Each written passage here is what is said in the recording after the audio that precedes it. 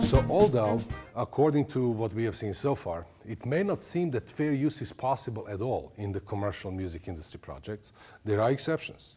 Remember how the list of the areas of use begins with criticism and comment?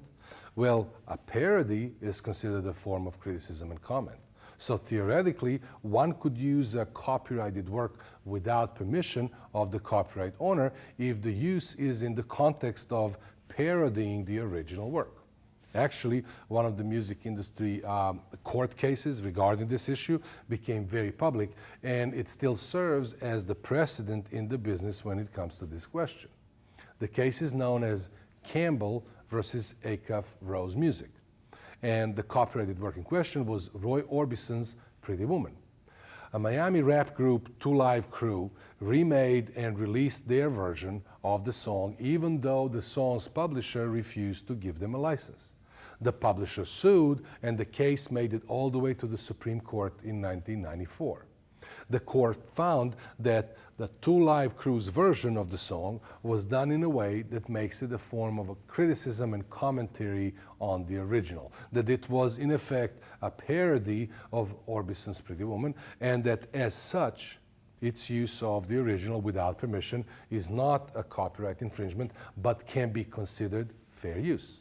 The case was thus ruled against the publisher and for the group, and the precedent was set. Using a copyrighted material as a part of the parody of that material is indeed fair use. By the way, there are artists out there like Weird Al Yankovic, who made a whole career out of musical parodies. His work is a perfect example of possible fair use based on the criticism and comment portion of the Copyright Act's fair use provision. Though I should mention that Weird Al usually does not rely on the fair use provision, but actually requests permissions from the artist he intends to cover in his work. His policy is that if the artist does not want to be included in his musical parodies, he respects that and does not do it against their wishes, although the fair use provision would most likely protect him from the copyright infringement claim if there was any. And he had none so far. Very few artists refused Weird Al's request, though. Prince refused it, but that's nothing surprising coming from Mr. formerly known as, right? Lady Gaga at one point refused it too, but then changed her mind. Sir Paul McCartney refused, and this was a strange one, because the song Weird Al was asking for was Live and Let Die, and he was going to change it to Chicken Pot Pie, but Sir Paul is a vegetarian and refused it based on his vegetarianism. Silence, I know, no comment. But with most of the artists out there, it's almost like a badge of honor, a sign you made it in the industry to be covered by Weird Al. He even got okays from the music legends like Jimmy Page and Robert Plant to use Led Zeppelin material, from Mark Knopfler to use Dire Straits material, from Kurt Cobain to use Nirvana's material, and so on and so on.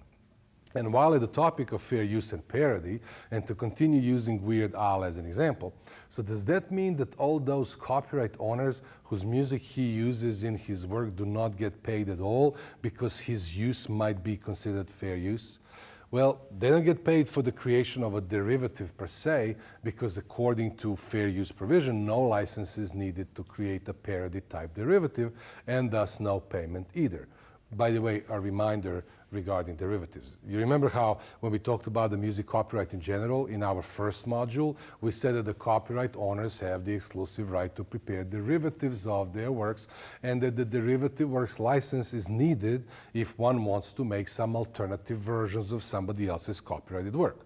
And how that license is not compulsory license, meaning that it can be refused, and that the fee for it is not set by law, but is whatever the copyright owner deems appropriate. Well, that's one of those licenses that does not need to be obtained or royalties paid in the fair use case like a parody.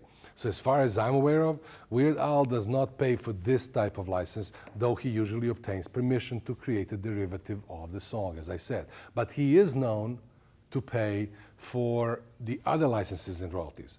Although if his work is fair use, he doesn't have to pay those either. Like when he records a parody of some song, he still pays the mechanical royalties to the copyright owner for recording it and distributing the copy of it. The statutory rate, by the way, for the mechanical license is 9.1 cents per song per copy distributed, as you should remember from our earlier modules. Now, of course, he may have that negotiated down with the copyright owners to a mutually agreeable level, as we know. So, long and short of it here would be that if a rendition of a copyrighted song is considered a parody and therefore fair use, no licenses or royalties are required. But be aware of the fact that in order for a rendition to be considered a parody, it is not enough for it to be only humorous, but it has to be much more than just that. It has to be a transformative type of a derivative and not simply a superseding one. It has to contain in it something new and different from the original that comments on the original and perhaps even on wider issues. And as we said before, it is ultimately up to the courts to decide and use their own interpretation of the fair use provision in every particular case separately. Meaning, it is not really fair use, and no one can guarantee that something is fair use unless the court says it's fair use. As the old saying goes, it's not over until the fat lady sings. And in the case of fair use issue, keep in mind that the fat lady is always and only a person in a black robe sitting on a bench in the court of law, a judge. Now, it is relevant to note that throughout the past almost 3 decades, the issue of fair use and using someone else's copyrighted music in one's own music creations has become more and more pressing and present as the time went by, and is today at its critical level. See, this upward movement started with the development of the hip-hop genre in the mid to late 1980s. The particular case that comes to mind is Public Enemy and their production team, the Bomb Squad. See, for Public Enemy's 1988 album, their second album, It Takes a Nation of Millions to Hold Us Back, the Bomb Squad has created a music track that, among other things, includes dozens of samples from the recordings by different artists. It is a dense collage, a sonic wall, if you will, full of persistent tension, unbridled energy, and relentless movement. It was new and fresh and exciting. Now add to that Chuck D's, the group's leading MC, politically and socially charged lyrics and his audacious delivery, and you have an album that is considered pivotal in the history of hip-hop. Within the first month of its release, the album went gold, and after a year, it was certified as platinum. What's interesting and relevant to our discussion here is that none of the samples used on the album were licensed by the time it was released. The sampling technology was just making its way into the production studios, and neither the labels nor the publishers noticed the pile of money behind the curve yet. Of course, as the album started to make noise in the market and some serious numbers starting to appear on the sales reports, so did the lawyers from the labels from which the original sounds for those samples on the album came from.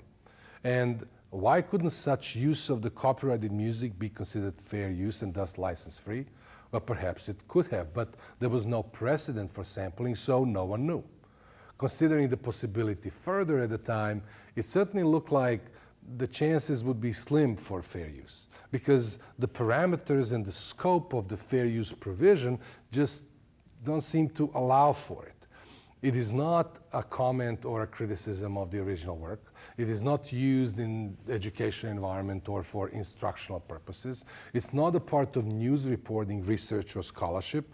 Yes, sampling is a transformative type of a derivative, so that works to its advantage. But on the other hand, it's used for commercial gain and not for some non-commercial purpose, which does not automatically disqualify it as fair use, but would normally weigh against it as such. Anyway, eventually, those particular licenses, Public Enemy licenses, were taken care of without any lawsuit, and no, the group doesn't owe any money to anyone for using those samples anymore.